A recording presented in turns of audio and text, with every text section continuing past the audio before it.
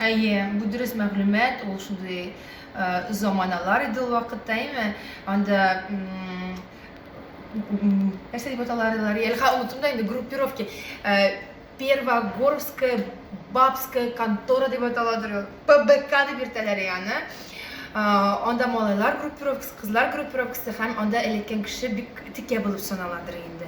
Ул группировкадан, аннан бөтен кеше куркадыр ул кешеләрдән.